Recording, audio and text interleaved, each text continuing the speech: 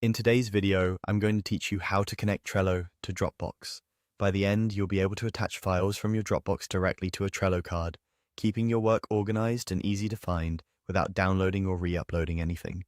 First, open your Trello board. Any board will do, and you don't need any special setup for this.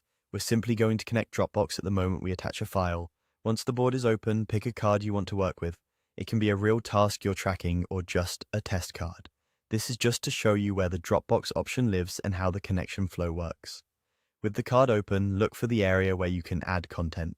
You'll see the description field in the main section, and on the right-hand side of the card, there's an Add to Card panel.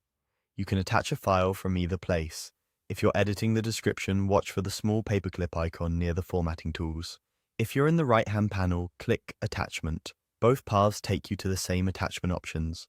When the attachment menu opens, choose Dropbox. If you don't see Dropbox right away, scroll through the list or expand any more options. Sometimes it's just a little farther down. The first time you pick Dropbox, Trello will prompt you to sign into your Dropbox account and authorize access. Go ahead and log in, then click Allow to connect the two services.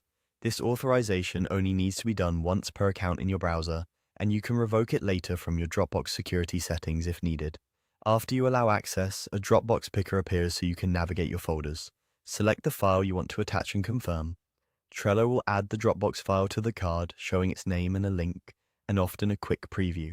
From here, you can continue writing your card description, add a comment for context, or set the attachment as the card cover if that's helpful for quick visual identification. A few quick tips to make this smoother. Because the attachment is a live link to Dropbox, updates you make to that file in Dropbox are reflected for anyone who opens it from Trello. Access still depends on Dropbox permissions, so teammates need the appropriate rights in Dropbox to view the file. If the wrong file was attached, just remove the attachment from the card. It won't delete the original in Dropbox. That's it. Your Trello card is now connected to Dropbox.